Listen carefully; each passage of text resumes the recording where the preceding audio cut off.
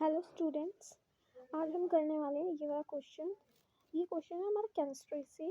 और इस क्वेश्चन में है कि a mixture of 2.3 grams formic acid and 4.5 gram oxalic acid is treated with concentrated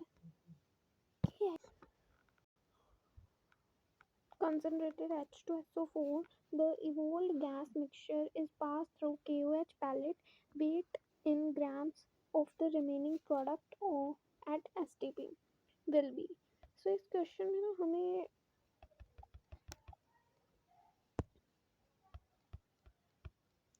हमें बताना है कि 2.3 ग्राम हमारा फॉर्मिक एसिड है, 4.5 ग्राम हमारा ऑक्सैलिक एसिड है, उसको हम कंसनट्रेटेड H2SO4 से ट्रीट कर रहे हैं। तो इसमें मेनली है कि HCHO COOH फॉर्मिक एसिड को हमने जब ट्रीट किया H2SO4 में से, ठीक है, तो क्या होगा कि H2SO4 हमेशा क्या कर देता है, डिहाइड्रेट कर देता है जिसके साथ वो रिएक्ट कर रहा होता है। तो इसमें से क्या होता है कि हाइड्रोजन H2O निकल जाता है, वाटर निकल जाएगा।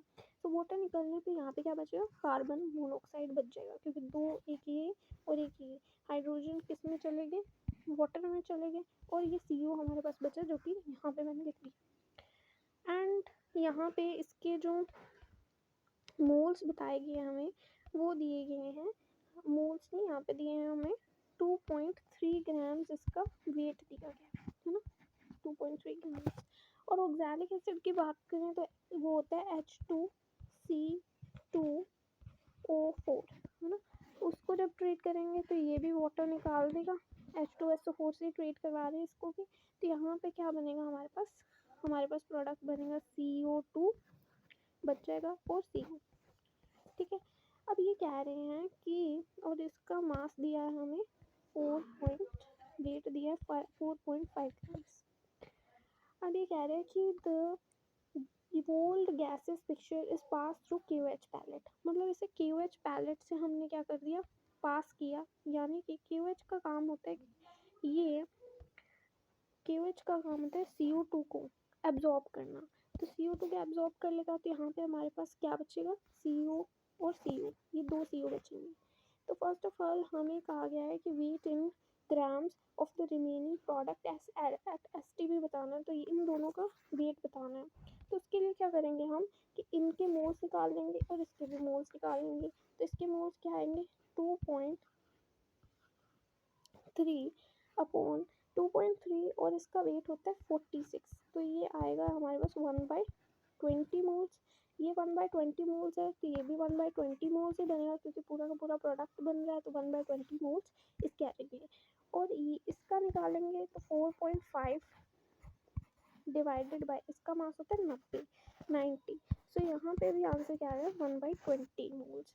सो ये भी 1/20 मोल्स है और इसका प्रोडक्ट भी क्या बनेगा, ये CO2 भी 1/20 बनेगा और ये भी कितना बनेगा, 1/20 बनेगा मोनोऑक्साइड।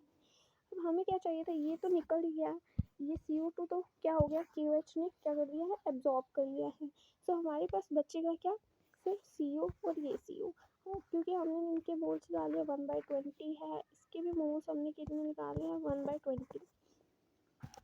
तो हमें पता है कि इन दोनों का 2 इंटू हो जाएगा, 2 CO बन रहे हैं, तो 1/20 इंटू 2 करने पे हमारे पास आएगा 1/10 मोल्स। अब मोल से हम क्या निकाल सकेंगे, हम मोल से इनका वेट निकाल पाएंगे। तो 1/10 moles is equals to weight upon इसका मॉलिक्यूलर वेट होता है हमारे CO का 28। तो यहाँ से हमारे पास W कितना आ जाएगा, 2.8 ग्राम्स। तो इस क्वेश्चन का आंसर हमारा क्या होगा, 2.8 ग्राम। ये पॉइंट है, 2.8 ग्राम इसका क्या हो जाएगा, आंसर हो जाएगा। First option is correct.